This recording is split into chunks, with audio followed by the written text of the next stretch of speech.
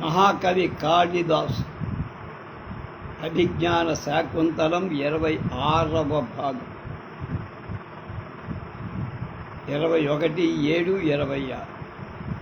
26 పంచమ అంకంలో ఉన్న రాజు దగ్గరికి గౌతమి శకుంతల వెళ్ళారు. రాజుగారికి వృత్తాంతం వెళ్ళి అలా వచ్చారు వాడు. అప్పుడు రాజు అంటాడు, సాదర కిం కాశ్యప సందేశకారిణ కంచుకి అంటాడు. అధ కిం రాజా తేన హి మద్వచనాద్ విజ్ఞాప్యతాముపాధ్యాయ సోమరాత అమూన్ ఆశ్రమవాచిన శ్రౌతేన విధిన సత్కృత్య స్వయమేవ ప్రవేశయత్ అర్హతి అహం అనువృత తపస్వి దర్శనోచితే ప్రదేశే స్థితః ప్రతిపాలయామి. కంచుకి యథాజ్ఞాపయతి దేవః ఇది నిష్క్రాంతః రాజా ఉత్థాయ నేత్రవతి అగ్నిశరణ మార్గముపదేశయా. ఇది ఆలకించిన దేవా ప్రమాణం, ప్రభువే ప్రమాణం, వారిని ప్రవేశపెట్టాలా వద్దా ఆనతి, ఆ నిర్ణయానికి ప్రమాణం మీరే అని అర్థం. సాదరం ఆదరగా కిం ఏమీ కాశ్యప సందేశహారిణ, కాశ్యపుడి సందేశం తెచ్చిన వాళ్ళ దూతల ఆవును. అద కిం అంటే అవు. తేన హి అలా అయితే ఉపాధ్యాయ సోమరాజు, ఉపాధ్యాయుడు సోమరాజుడు మద్వచనాత్ నామాటగా విజ్ఞాప్యతాం విన్నవింపబడుగా. సోమరాతుడికి ఇలా చెప్పు అనడం. అమూన్ ఈ ఆశ్రమ వాచన మునుల శ్రౌతేన విధిన వైదిక పద్ధతిలో సత్కరి స్వయంగానే తానే ప్రవేశింపచెయ్యటానికి అర్హతి ఇది తగును అని. అహం అపి నేను కూడా అత్ర ఇక్కడ తపస్వి దర్శన ఉచితే మునుల దర్శించటానికి సముచితమైన ప్రదేశంలో స్థిత ఉండి ప్రతిపాలయ ఎదురు చూస్తూ నిరీక్షిస్తూ ప్రభువు ప్రభు యత్ ఆజ్ఞాపయత్, మీరు ఎలా చెబితే అలా జరుగుతుంది అన్నాడు ఆయన.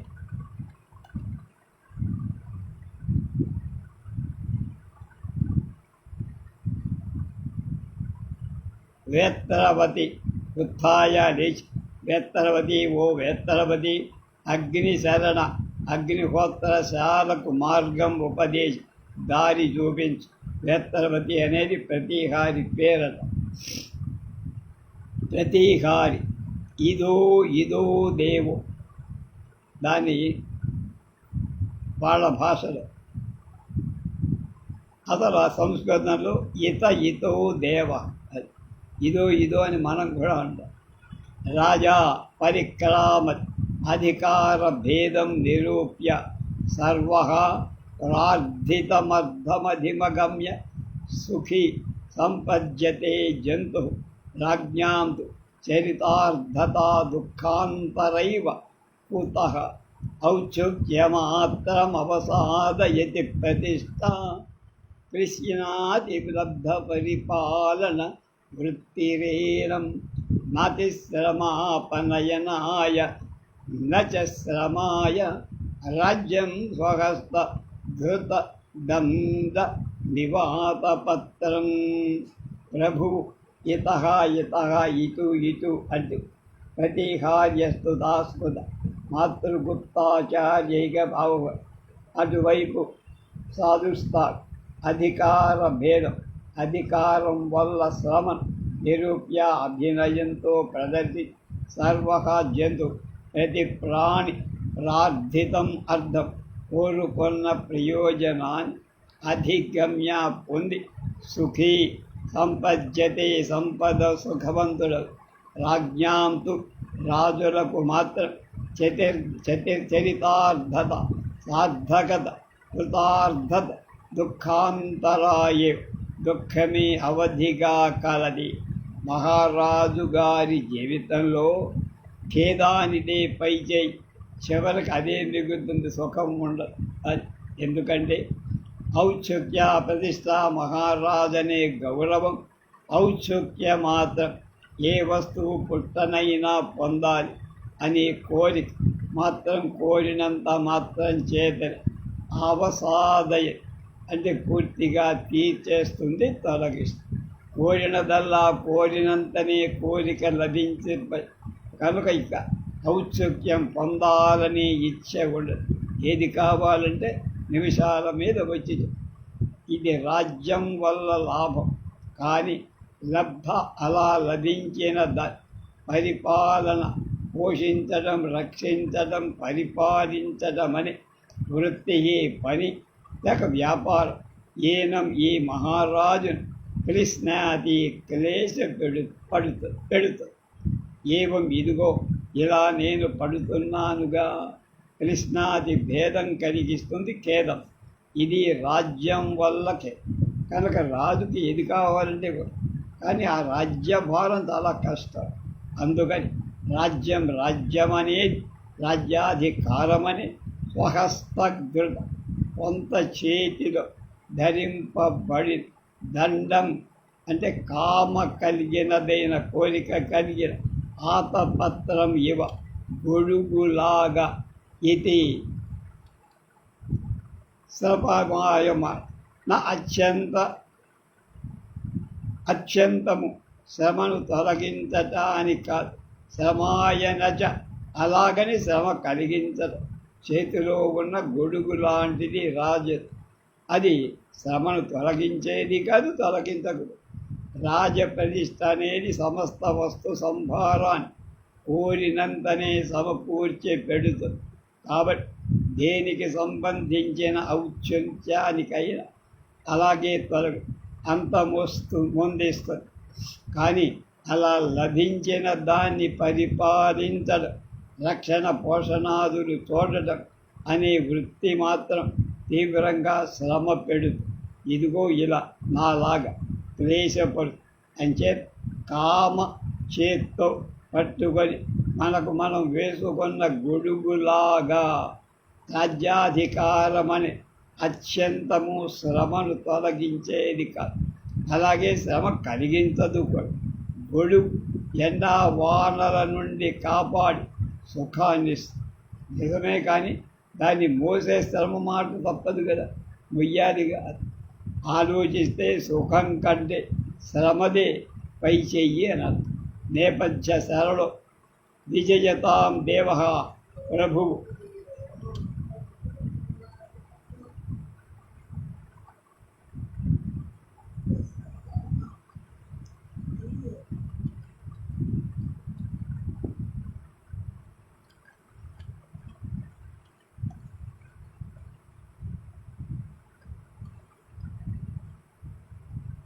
వైతాళికుడు విజయతాం దేవ ప్రథముడు అంటున్నాడు. స్వసుఖ నిరభిలాష విద్యతే లోకహితో ప్రతిదిన మధవాతే వృత్తి దేవం విధైవ అనుభవతి మూర్ధ పాదవస్తీవ్రముష్టం శమయతి పరితాపం ఛాయయా సంశ్రితానాం స్వయం స్వసుఖ రభిలాషః భిద్యతే లోకహేతు ప్రతిదిన మధవాదే వృత్తిరేవం విధైవ అనుభవతి మూర్ధ పాదపస్తీవ్రముష్టం శమయతి పరితాపం ఛాయయా సంశ్రితానాం.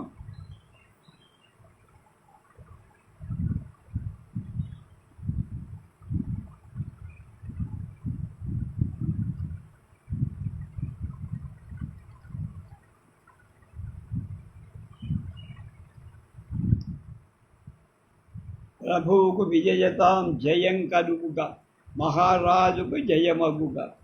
విశేషాలు. వైతాళికులంటే తత్వహర యోగ్యై రాగే. ససుఖ విరభిలాష సొంత సుఖం పట్ల కోరిక లేని వాడవై, లోకహితో కేవల లోకం ప్రతిదినం ప్రతిరోజు భిద్యతే శ్రమ పడుతున్నావు రాజా. అథవా అయినా తే వృత్తి నీ స్వభావం నీ ప్రవృత్తి ఏం విధాయే ఇటువంటిదేలే.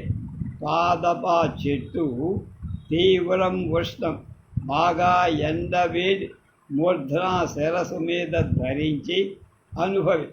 సంశ్రితాన తనను ఆశ్రయించిన వాడు ఛాయయా నీడతో పరితాపం శమయతి దుఃఖ ఉపశమనం కలిగి. మహారాజా, సొంత సుఖాలు వదులుకొని లోకం కోసమని అనునిత్యం నువ్వు శ్రమపడతావు. నిజమే, నీ స్వభావమే ఎంత. చెట్టు చూడు, ఎండవేడిమి శిరస్సు మీద ధరించి దాన్ని దిగమింగుతూ తనను ఆశ్రయించిన వాళ్ళకి మాత్రం నీడనిచ్చి తాపం తీరుస్తుంది. రెండో వాడ నియమయసి కుమార్గ ప్రస్థితానాత్తదండ ప్రశమయిసి వివాదం కల్పసే రక్షణాయ. అతను విభవేషు జ్ఞాతయ సంతు నామ ద్వయుతు పరిసమాప్తం బంధుకృత్యం ప్రజానాం. వేళ్లతో నీళ్లు తాగుతుంది పాదైప్యవన్ అనేది.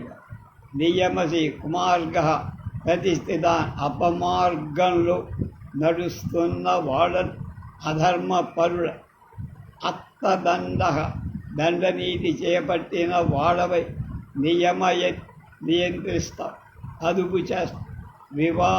వివాదం ప్రజల మధ్య ఏర్పడి పరస్పర కలహ ప్రసయమ రూపుమాపుతావు. రక్షణాయ ప్రజల రక్షణ కోసం కల్పసే సాధిన వాడబవుతా, రక్షణకు సమర్థుడవుతా. విభవేష్ సంపదలున్న జ్ఞాతయ బంధువులు సంతూనాం అండగా ఉండవచ్చు. కానీ ప్రజానాం ప్రజలందరికీ పై నీ వల్లనే బంధుకృత్యంతో సర్వదా బంధుధర్మం మాత్రం పరిసమాప్తం పరిపూర్తవుతా. అపమార్గంలో పోతున్న వాళ్ళని దండించి సన్మార్గంలో పెడతావు, వివాదాలు పరిష్కరిస్తావు, అందరికీ రక్షణ కల్పిస్తావు. ఇలా బంధుధర్మాన్ని నిర్వహిస్తున్నావు. సంపదలు పుష్కలంగా ఉన్న వేళ వాళ్ళకి బంధువులు ఎంతమందైనా ఉంటే ఉండదు. అన్ని వేళల్లో అన్ని పరిస్థితుల్లో ప్రజలందరి బంధు సహాయం అనేది రాజు అయిన నీ వల్లనే పరిపూర్ణంగా దొరుకుతుంది. బంధు దర్శనం సుపర్ణం అవుతుంది. రాజా, ఏదే క్లాంత మనస పునర్నవీకృతాన్య ఇది పరిక్రావ ప్రతీహ అభినవ సమాజ్జన సశ్రీక సన్నిహిత హోమధేను అగ్నిశరణాలింద ఆరోహతు దేవ. రాజా, ఆరుహ్య పరిజనాం సావలంబీతి యత్రవతి కిముద్దిశ్య భగవతా కాశ్యపేన మత్సకాశ మృషయ ప్రేషితాః స్యు కిం తావద్గతినాముకోఢసమసాం విఘ్నైస్తపూదూషితం ధర్మారణ్యచరేషు కేనచిదుత ప్రాణిష్వనైచ్ఛే స్థితం. ఆహాస్వత్ప్రసవో మమాపచరితై విస్తంభితో వీరుధాం ఇత్యారూఢ బహుప్రతర్క మపరిచ్ఛేదాకులం మే మనః.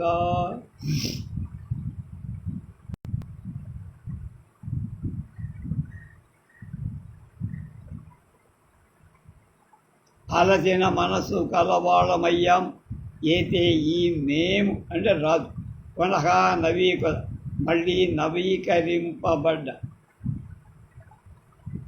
అభినవ కొత్తగా చేసిన సమ్మార్జన అలుకుట మొదలైన వాటితో సశ్రీకః శోభాసంపన్నం సన్నిహిత హోమధేర్ దగ్గరలో ఉన్న హోమధేనువు కలది హోమాలకు పాలిచ్చేది అయిన అగ్ని శరణ అడింద అగ్నిహోత్రశాల ముంగిట ఎత్తుగా పర్ణశాల ఇదిగో దేవగా మహారాజా ఆరోహించుగాక ప్రవేశించుదురుగాక అన్నారు.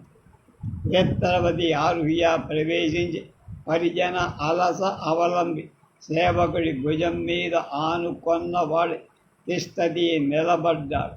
వేత్తరవతి ఉసే వేత్తరవతి భగవతా కాశ్యపే మహాత్ముడి కణ్వుడి చేత్ మత్త సకాశం నా దగ్గర ఋషయ ములు కిం ఉద్దిశ్య ఏ ఉద్దేశంతో పరిషితాశు పంపబడ్డారు. మునులను పంపడంలో కణ్వ మహర్షి ఆంతర్యం ఏమిటి?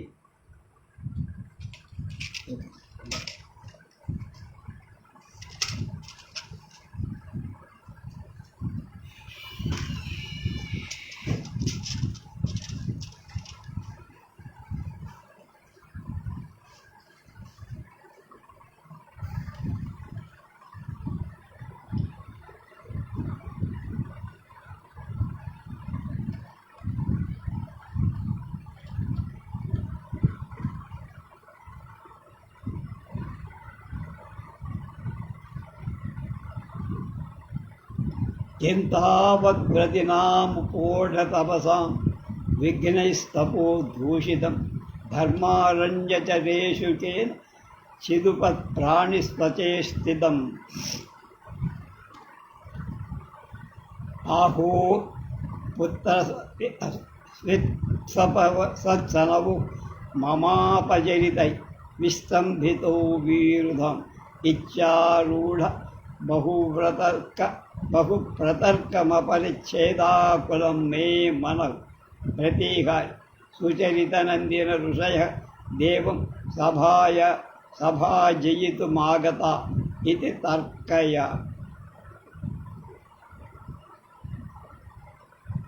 తపసాం స్వీకరింపడ తపస్సు కలవాళై వ్రతినాం ఆ ఆశ్రమమునుల యొక్క నియమాలు స్వీకరించిన ప్రతి ముని తపస్సు యొక్క విఘ్నై ఆటంకాలతో దూషితం కిం తావత్ కలుషితం కాని ఏమైనా అయిందా అంటే తపస్సుకి ఏమైనా విఘ్నం లేదు.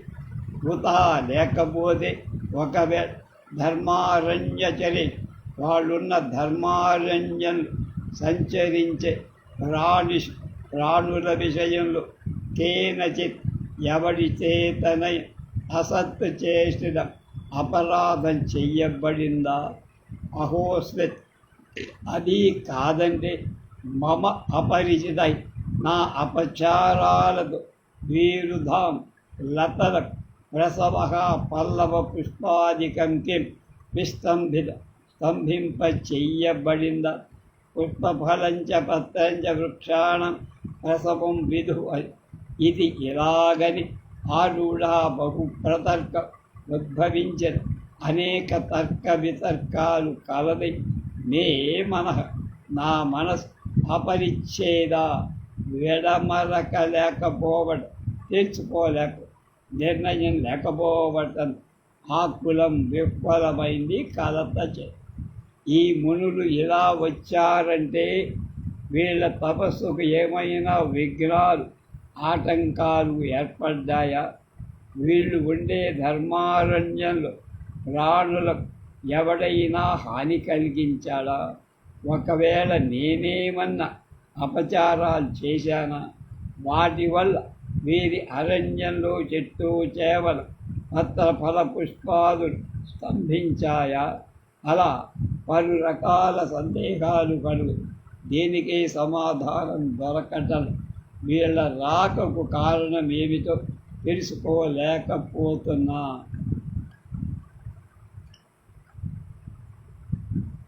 సుచరిత నందినను నదిగా సుచరిత నందిన ఋషయ దేవం సభాయితుమాగతా ఇది తర్కయ. సుచరిత నందిన మంచి నడబడిక ఆనందించిన వాళ్ళై ఋషయమును దేవం ప్రభు సభాజయుతో సత్కరించడానికి ఆగతాగవని ఇది అని తర్కయామి, నేను అనుకుంటున్నానని కంచుకి అంటారు. తత ప్రవిశతి గౌతమీ సహిత శకుంతలం పురస్కృత్య మునయ పురశ్చైషాం కంచుకి పురోహితశ్చ కంచుకి ఇతో భవతః. కంచుకి అంటాడామ శాంగ్యవ అంటే శారద్వతుడితో శాంగ్యవ మహాభాగ కామం నరపతిరభిన్న స్థితిరహు నశ్చిద్వర్ణ నాం అపధమపకృష్టోపి భజతే తథాపీదం సస్వత్ పరిచిత వివిక్తేన మనసా జనాకీర్ణం మన్యే ఉత వహ పరీతం గృహమివా. భవంతః మీరు ఇతః ఇట్లని తీసుకెళ్తున్నారు.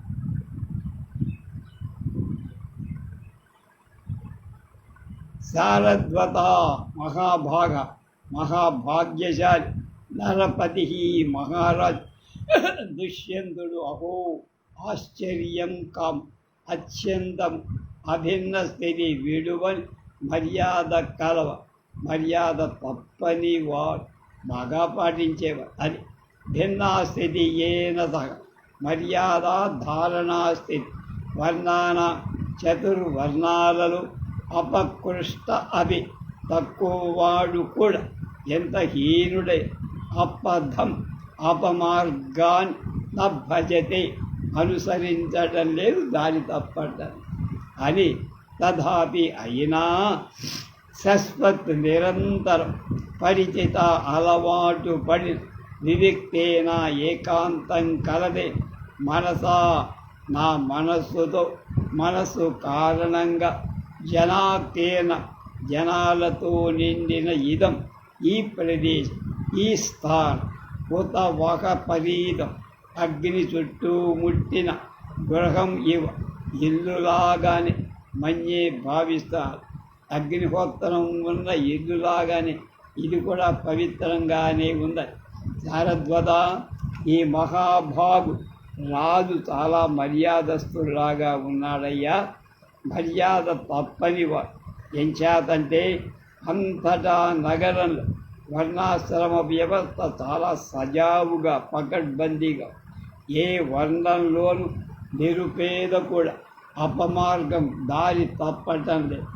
ఎంత ఆశ్చర్యం అయినా ఉరుకులు పరుగులు పెడుతున్న జనాలతో నిండి ఈ పట్టణం చిరకాలం ఏకాంతానికి అలవాటు పడిపోయిన కారణంగానూ ఏమో నా మనసు ఇదొక నిప్పు అంటుకున్న ఇల్లులాగా అనిపిస్తోంది. శారద్వత జానే భవాన్ వరప్రవేశాధికం భూతః సంవృత్తః అహమత్ అభ్యక్తమిద స్నాతః శుచి రశుచిమివ ప్రబుద్ధ ఇవ సుప్తం బద్ధమివ స్వైరగతి జనమిహ సుఖ సంగినమవైతి. శకుంతలా నిమిత్త సోదయిత్వా అహో కిం మే నామేతరం నయనం విస్ఫురతి. భవాన్ నువ్వు పురప్రవేశ రాజధాని నగరంలో ప్రవేశించినప్పటి నుంచి ఇత్థం భూతః సమృద్ధ ఇలాగే ఉన్నావు.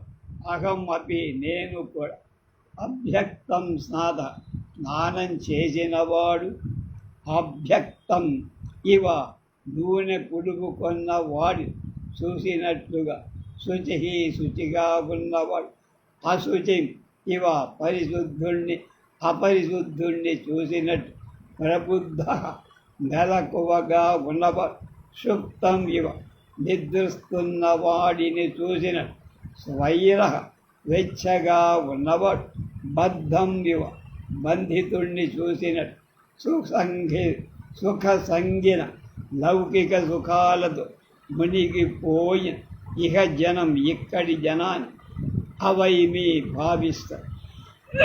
తాత్పర్యం: లౌకిక సుఖాలలో తగులుకొన్న ఇక్కడి ఈ జనాన్ని చూస్తే తలంటు పోసుకొన్నవాడు నూనె రాసుకొని కూర్చున్నవాడిని చూసినట్టు, శుచిగా ఉన్నవాడు అశుచిని పాపిని చూసినట్టు, మేల్కొన్నవాడు జ్ఞాని నిద్రపోతున్న మూర్ఖుణ్ణి అజ్ఞానిని చూసి, స్వేచ్ఛాజీవి సంసార బద్ధుణ్ణి చూసినట్టుగా అనిపిస్తుంది. అమ్మహి నిమిత్తం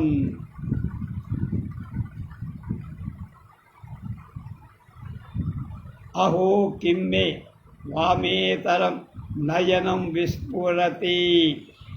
ఆమెకు ఎడమ కన్ను కొట్టుకుంటోంది శకుంతల.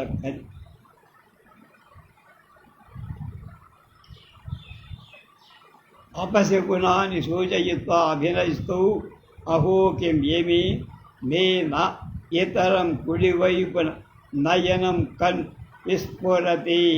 వామ ఇతర ఎడమ కన్ను ఆడవాళ్ళకి మంచి, కుడి కన్ను మంచిదిగా. నయనం కన్ను విస్ఫురతి అదురుతారు. నామం వామం ఎడమ, వామేతరం కుడి, అమ్మకే నిర్వే.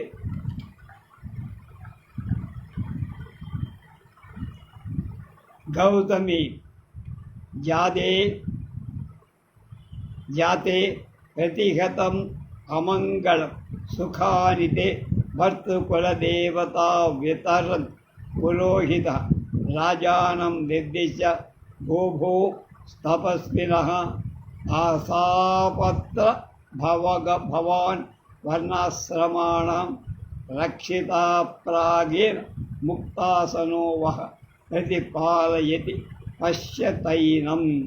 శాంగ్యట్ భో మహాబ్రాహ్మణః కామమేత్ మత్ అభినందని తథాపి వయం అత్ర మధ్యస్థాః కుతః భవంతి నమ్రాంతరవః ఫలాగమై నవాంబుభి దూరమివ విలంబనో ఘనాః అనుద్ధతాః సత్పురుషాః సమృద్ధిభిః స్వభావయేవైష పరోపకారిణాం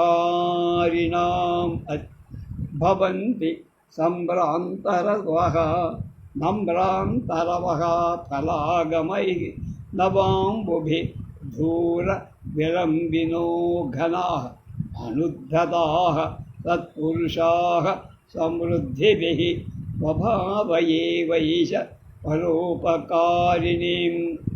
పుత్రి అమంగళం అశుభం ప్రతిహతం అంతరించుగా తేని శుభాని శుభాలు భర్తృ భక్తుల దేవత మన మగడి ఎలవేల్ వితరందు కురిపించుగాక అని ముందుగా. భోస్తపస్విన రాజానం దిద్దిసి రాజును చూపిస్తే భో ఓయ్ తపస్విన మునులార అసౌ ఇదిగో అత్ర భవాన్ మాన్యుడు వర్ణాశ్రమ ధర్మాలు రక్షిత సంరక్షకుడు ప్రాక్తు ఏవ ముందుగానే ముక్త ఆసనం నుంచి లేచినవాడై మహామిం ప్రతిపాలయత్ మీకోసం ఎదురు చూస్తున్నాడు, నిలబడి అని అర్థం. మీ రాక కోసం ఎదురు చూస్తున్నాడు, ఇతడి పశ్యత దర్శించండి. ఓయి మహాబ్రాహ్మణ ఒక్కొక్కసారి నీచపదంగా కూడా బ్రాహ్మణోత్తమ ఏతత్ ఇది కావు మిక్కిలి అభినందని ప్రశంసనీయమై తథాపి అయినా అత్ర లేవడాలు ఎదురు రావడాలు మొదలైన వినయాభివ్యక్తి విషయంలో భయం మేం మధ్యస్థ నిస్పృహలం. రాజు లేచాడా లేవలేదా, పలకరించా అనేవి మాకు పట్టవు. ఎందుకు వాటికి అతీతులం లేదు, ఆసక్తి లేదు. కుతః ఎందుకంటే తరవహ వృక్షాలు ఫల ఆగమై కాయలు విచ్ఛేయడాలతో అంటే కాయలు కాయటంతో పుట్టుక రావడం నమ్రాహ నేలకు వంగేది భవంతి అవుతాయి. ఘనాహ మేఘాలు నవ అంబుభి కొత్తగా నింపుకున్న జలాలతో దూర విలంబిన బాగా కిందకి వెళ్ళ హ్యాంగింగ్ ఫార్ బిలో అని మోడియం అనేవాడు దాన్ని చెప్పారు. భవంతి అవుతున్నాయి అత్యర్థం మానవతాహ కనుక సత్పురుషాహ సజ్జనులు సమృద్ధిని ఐశ్వర్యాలతో అనుబద్ధత విడిసి పడని వాడు భవంతి అవు. పరోపకారిణ ఇతరులకు సహాయపడేవాడు ఏషః ఈ వినమ్రత స్వభావ ఏ సహజ లక్షణమే. ఫలాల సమృద్ధితో అంటే వీళ్ళు లేదుగారు లేచి నిలబడటం మీద ఆయన చెప్తున్నాడు. ఫలాల సమృద్ధితో చెట్లు నేలకు వంగుతాయి. అలాగే మీరు కూడా మంచి గుణాల బరువుతో వంగుతారు రాజు. జలాల సమృద్ధితో మేఘాలు కిందకి వంగు. సజ్జనుడు సమృద్ధుల వల్ల మంచి గుణాల వల్ల వెర్రవీగ వినమ్రుడై వంగి ఉండు. ఇది పరోపకారుల స్వభావం. అందుకని మీ రాజుగారి వినయ విధేయతలు చూసి మేము విస్తుపోవటం లేదు.